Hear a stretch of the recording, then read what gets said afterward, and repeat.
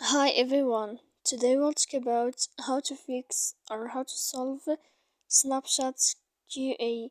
To know how to fix or how to solve Snapchat's QA problem, you should just go to settings as you see and you click. Then in this page you will enter to apps, default apps, app settings. After that in this list you will enter to this window of Snapchat. And you will go here to this window.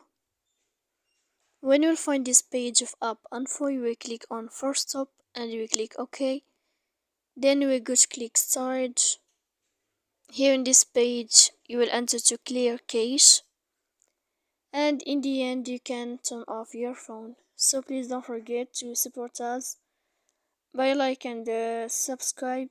See you next time in another video.